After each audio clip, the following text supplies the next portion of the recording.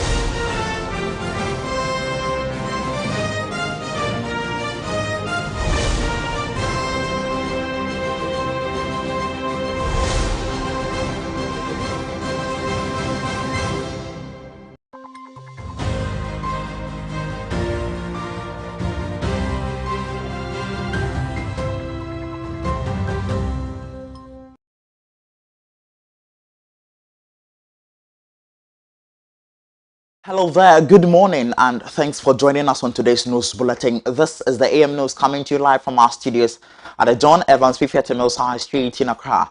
We also streaming live on Facebook at Adoatv Ghana, on YouTube at Adoatv GH, and around the world at adoanewsonline.com. My name is Jonathan Amma. Now coming up in this bulletin, Speaker of Ghana's Parliament has called actions of the Ghana Police Service to arrest Medina's Member of Parliament as disrespectful. Bring you details of that. And also in this bulletin, Minority Salmon's Finance Minister over 827.60 million Ghana cedis of petroleum revenue. Details of that including the world of business. According to an international rating agency, Fitch, Ghana's financial challenges is set to rise if yield still remains higher. We have the details to that and more right to the news bulletin. Please do stay.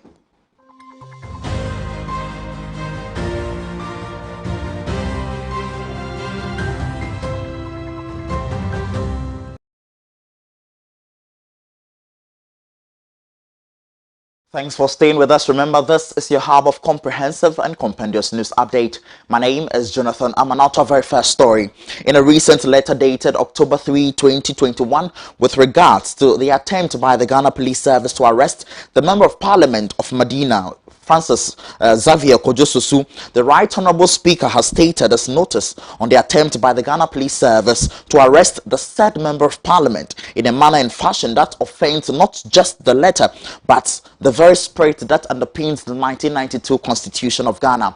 In a said letter, the Right Honourable Speaker, Honourable Alban Kingsford Bagbe, noted that this is a clear violation of the provisions of the 1992 Constitution and a gross disrespect to the Right Honourable Speaker and Parliament.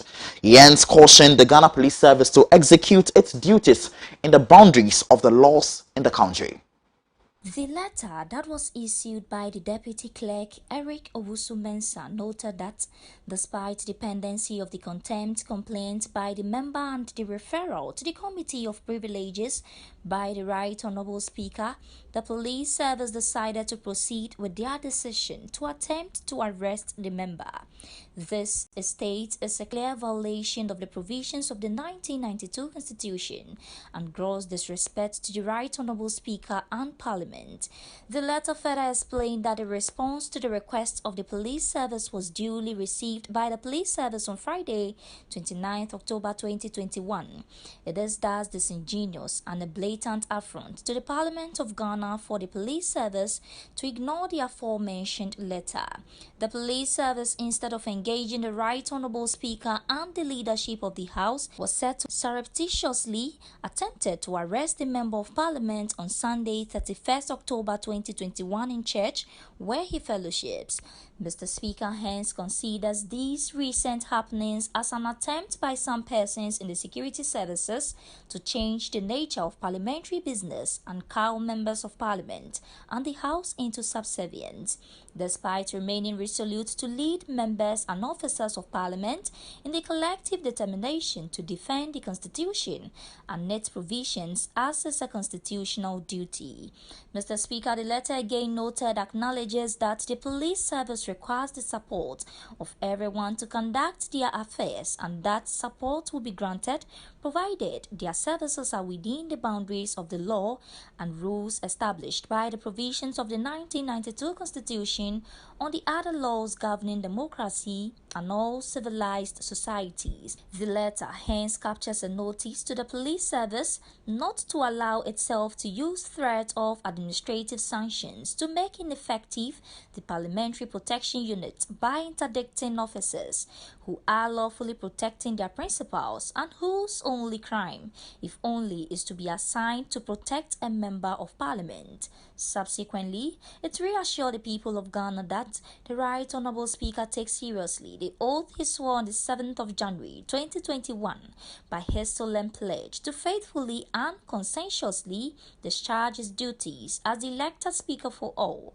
as well as to uphold, preserve, protect and defend the Constitution of the Republic of Ghana.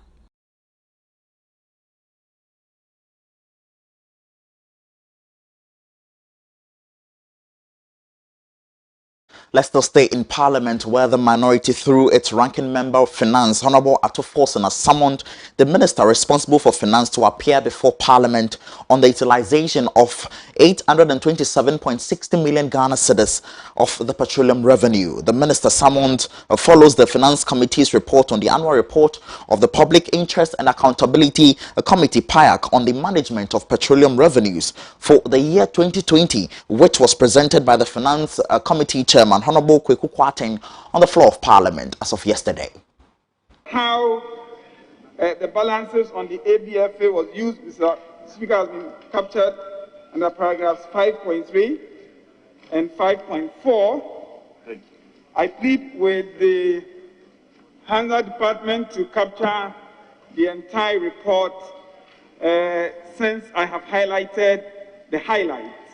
In conclusion, Mr. Speaker, the committee carefully considered the reference and recommends to this House to adopt its report on the, of PIAC on the management of petroleum revenues for the year 2020 and the report of the same committee on the first half of the year 2020. Respectfully submitted, Mr. Speaker. One thing that strikes me out of this report is the fact that, Mr. Speaker, the Ghana National Petroleum Company, GNPC, has lended an amount of $549.3 million to government. $549.3 million. Mr. Speaker, you can find this in page 10 of the report. Mr. Speaker, as if we are turning the GNPC into a quasi-fiscal agency. Mr. Speaker, that is not right. To the extent that government of Ghana is collecting a quantum amount of $549 million from the National Oil Company, Mr. Speaker, this is not good enough. This amount, Mr. Speaker, if we allow the National Oil Company to invest this amount, they will be able to turn around properly, than to give the money to them and turn around and then collect this money. Mr. Speaker, to also surprise you that the GNPC, out of the 666 million that we received in revenue, government of Ghana actually gave GNPC almost $200 million, which is 198 million. The Speaker, this amount is close to the amount that went into the budget, $273.3 million. So we should pay attention to the amount going to GNPC, not only what is going into the budget, the petroleum revenue going to the budget. GNPC is receiving so much of our oil revenue, yet the scrutiny going to GNPC, Mr. Speaker, is woefully inadequate. I urge that this House get interest in the way GNPC spend their money. $200 million. Oftentimes, government gives them the money, and the same government turns around and instructs GNPC to use the money for something else. The Speaker, that is quasi-fiscal financing, and it should not be allowed. The Speaker, again, PIAC had said that government of Ghana, they disagree with the Ministry of Finance in particular, in the way they have treated an amount of 827 million being ABFA amount. Mr. Speaker, it is important that we state this for the record. Mr. Speaker, the report says that the Ministry of Finance indeed explained how this amount was used. But PIAC vehemently disagrees with the Ministry of Finance. They believe the amount is still missing The words of SPIAC, Mr. Speaker, this is not my words. These are the words of SPIAC, and it's in their report that an amount of 827 million Ghana cedis is still missing at the Ministry of Finance. And so, therefore, Ministry of Finance should account for it properly. The Speaker, at the committee meeting, the Ministry of Finance provided us some answers. The Speaker, I think I am not satisfied with that answers. And I agree with SPIAC that the Ministry of Finance must come properly in accounting for the 827 million US dollars at Ghana cedis. The Speaker, it's not taking money. It's not taking money. 827 million Ghana cedis. It's not taking money. It's big. In fact, fat. And this amount cannot be missing in our fiscal reporting. The Speaker, I urge the Ministry of Finance that in as much as they have provided the Finance Committee with some information, that information, it is not satisfactory to me. It is not satisfactory to the Public Interest and Accountability Committee of Government. The Speaker, and for that matter, we in this House should summon the Minister responsible for Finance to appear before us to explain to us how that amount is accounted for. The Speaker, 827 million Ghana cedis. The Speaker, that is so much.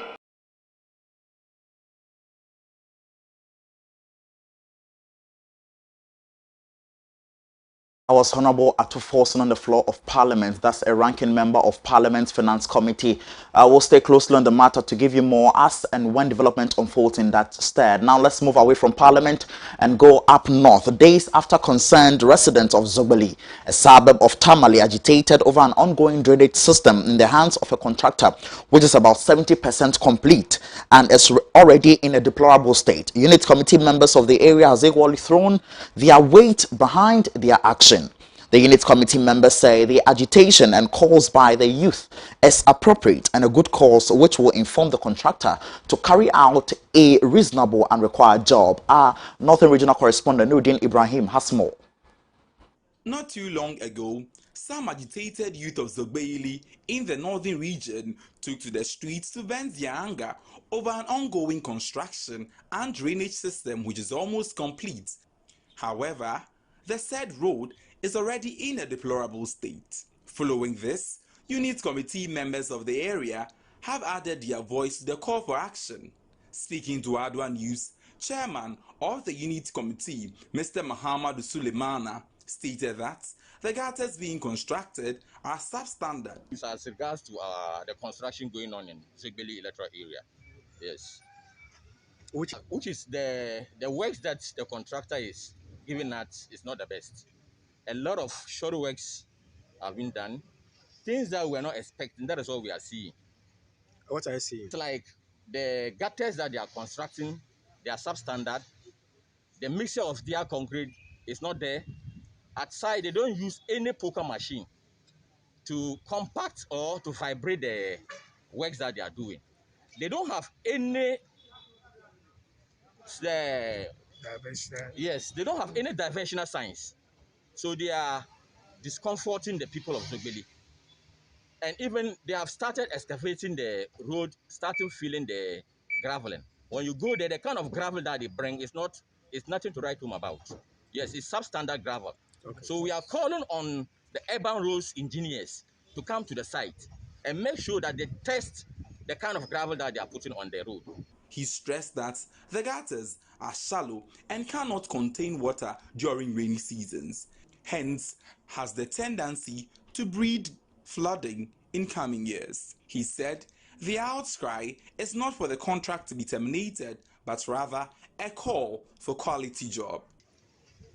We are not saying the contract should be terminated. We want a quality work, no matter who comes to work for us. We are not even talking of termination, but we want the right thing to be done. That is our concern. So we always come to talk to them about the kind of work that they are giving us. The foreman on site. At times, we even have the video footages. Yes, to our credit, we have video footages as regards to the work. Starting from the iron rods that they are using, and the kind of the intervals is bad, and we have pictures for all those things. Who cannot tell because he employs them, and I don't know whether he even has a foreman on site.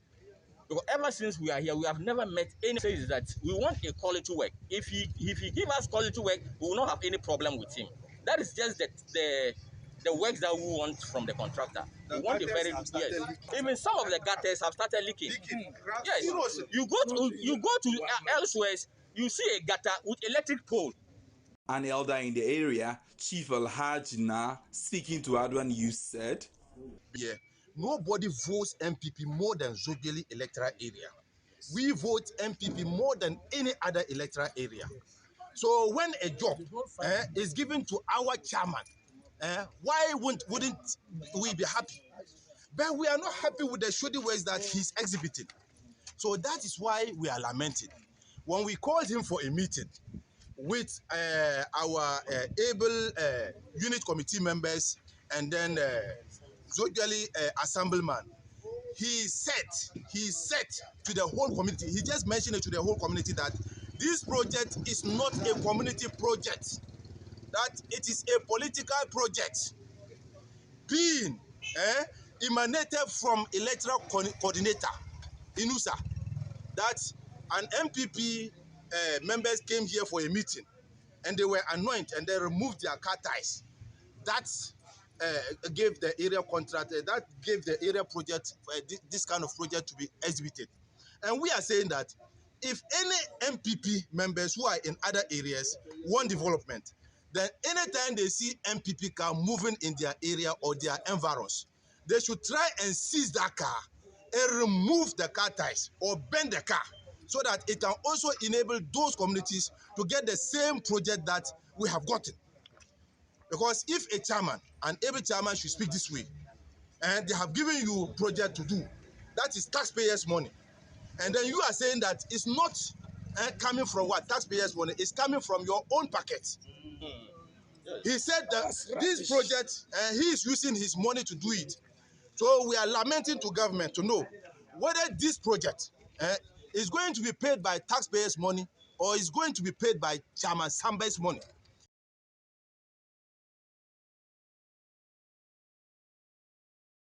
Away from the northern region to some other developments regarding the aggrieved 499 law school candidate. Lead convener of the 499 aggrieved law entrance candidate, Mr. Tony Barr, has stated his concerns on the scuffle between the Ghana Legal Council and Parliament, which has been buttressed by a statement from the Attorney General over their admission.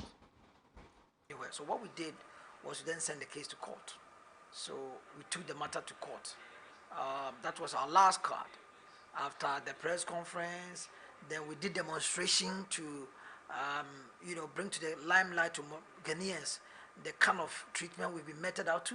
So we made another petition together with the National School of Law, National Students, Law Students, and we sent petition to Parliament and again to the presidency, again reminding them of our issue. Then after all these democratic processes, trying to get response, and there was no response, then we thought that we needed to go to court. So we went to court, and the matter is still in court. We went to the court for the first sitting, and then the Attorney General said that he needed some time to prepare. So the case was adjourned to on the 9th of November, I think it's Tuesday. And then just before we left court on that Friday, then Parliament issued a directive to the Attorney General to look into our matter and through him to the General Legal Council to admit the 499 student immediately, and that we have not been treated fairly, that retrospective law cannot be used on after the examination had been written. And that is the banter that has been going on between the Attorney General and Parliament, and we also saw that the Attorney General has written to Parliament. But in the Attorney General's letter, what we glean from the letter is that it's simple, that what Parliament sought to ask them to do has already been directed by the President, the Executive, that the President already directed him to look into our matter and resolve it. So the President has directed the Attorney General to look into our matter. Then Parliament has also directed the Attorney General to look into our matter. So that's how we see it. We see that both the two organs of government, the legislature and the executive, have all issued instructions to the Attorney General to look into our matter and resolve it. What we will say as students is that we don't want to meddle ourselves into the banter between the legislature and the executive. We want to go to school. We are students. We've written an examination and we have passed. And we are looking forward to be admitted into the Ghana School of Law. And so we will plead with the Attorney General to, as a matter of urgency, expedite action on our issue and ensure that we go to school, because our colleagues started lectures on Monday and they are still going for lectures. And here we are, with two organs of government, in this scuffle. So we are saying that we are students, we don't want to meddle ourselves into this issue. We thank the parliament, we thank the executive, and we want to appeal to the Attorney General. It is only the court that has the final say in this matter. Without the court, there's nobody to, for now, nobody has said anything, except that the Attorney General made us know that the President had directed him. And that's what we knew, that the President had even spoken to him. So we are asking him to expedite action. Outside that, the court will be left to determine. And from there, we will know what to do again.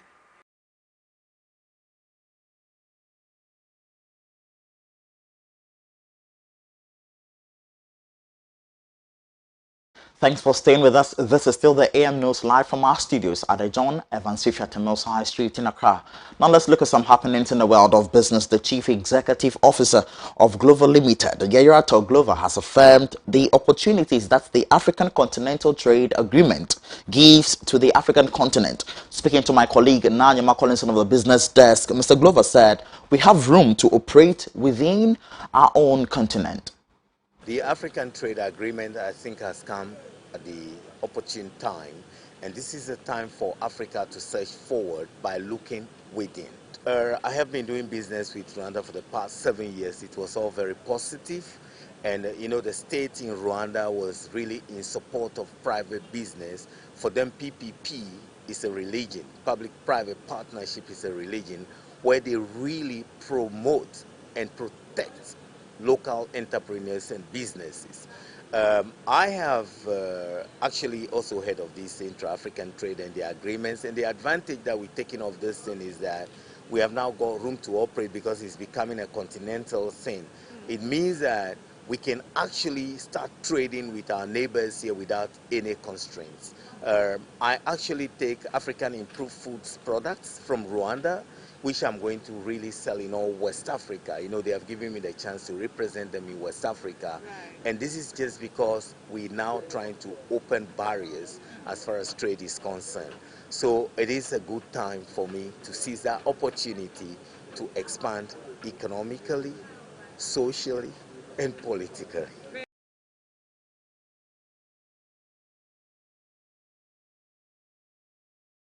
Now over to some more business updates. The International Ratings Agency in its latest report said Ghana has sufficient liquidity to cover near-term debt servicing without market financing, but there is a danger that non-resident investors in the local bond market could sell their holdings, particularly if confidence in fiscal consolidation weakens, placing significant downward pressure on its reserves. The government has indicated plans to issue a further $1 billion on international markets this year, but abandoned these plans in October 2021, stating current market condition as reason. Fitch already project a more gradual improvement in the public finances than the 2021 budget medium-term framework, which saw the deficit falling to 5.5% GDP by 2023. It projects general government interest expense at almost 47% of revenue in 2022, which is well above the median for B-rated sovereigns for 11%.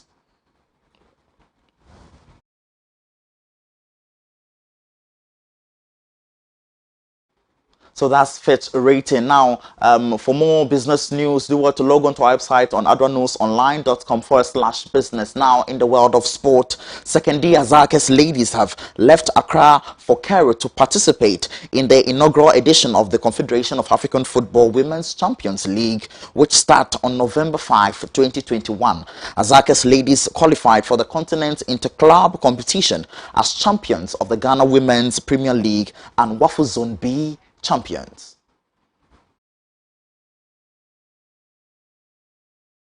21 players, 8 technical staff, led by the head coach Yusuf Basigi, as well as management members.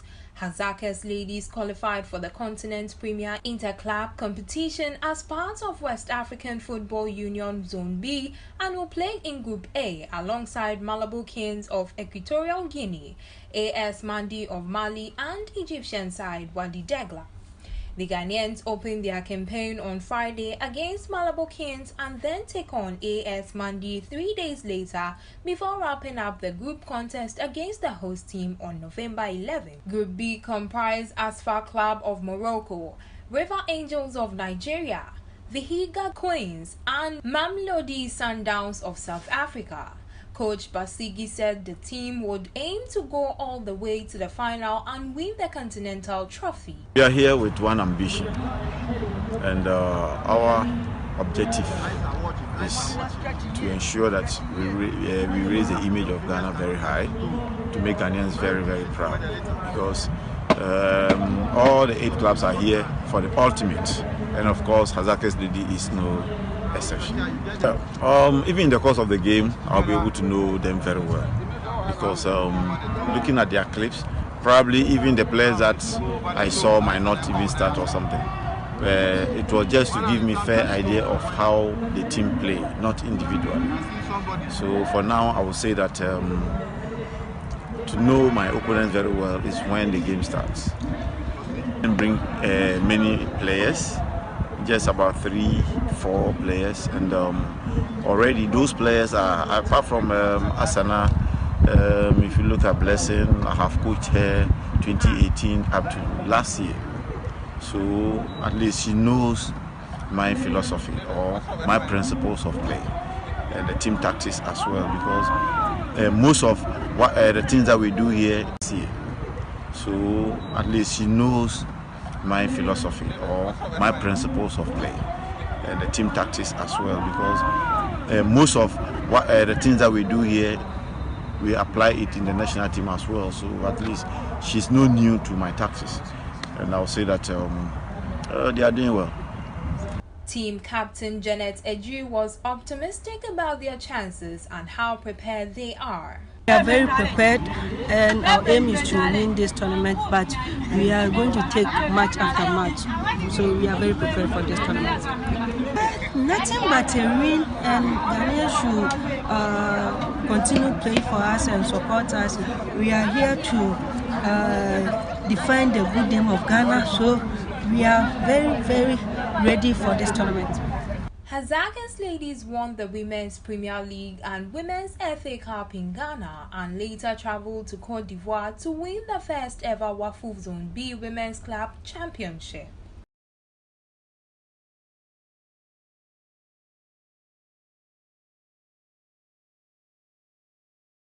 We are just hoping for the best for Hazakah's ladies in the Women's Champions League. Now, away from soccer, let's talk boxing. Former IBF lightweight world champion Richard Comey believes that taking the Ukrainian boxer Vasily Lomachenko in is a sure way of opening the path towards another world title shot in his career. The December 11 meeting of the two fighters in New York's Madison Square Garden was confirmed on November 1 by Top Rank after weeks of speculation. Former IBF lightweight champion Richard Comey believes that his upcoming bout against Ukrainian boxer Vasily Lomachenko on December 11th is a great opportunity for him to win world title again. The bout will be a 12th rounder and it will be part of an event that will also see undefeated heavyweight boxer Jared Anderson taking on Alexander Taslenko. Comey seeking a way back to the top of the lightweight division after he lost his title to Teofimo Lopez in 2019, and he told Top Rank's official website that the bout with Lomachenko presented a great opportunity for him to have another shot at ruling the division. Comey in an interview said, I want to thank my team of Michael Amubediako, Lo Dibella, and Kate Connolly for getting me this opportunity. Ever since the Lopez fight, all I have thought about is becoming a two-time world champion. This fight against Lomachenko will get me one step closer to my goal. I also want to thank Bob Arum and Top Rank for the opportunity to again grace the stage at Madison Square Garden, one of Boston's most iconic venues.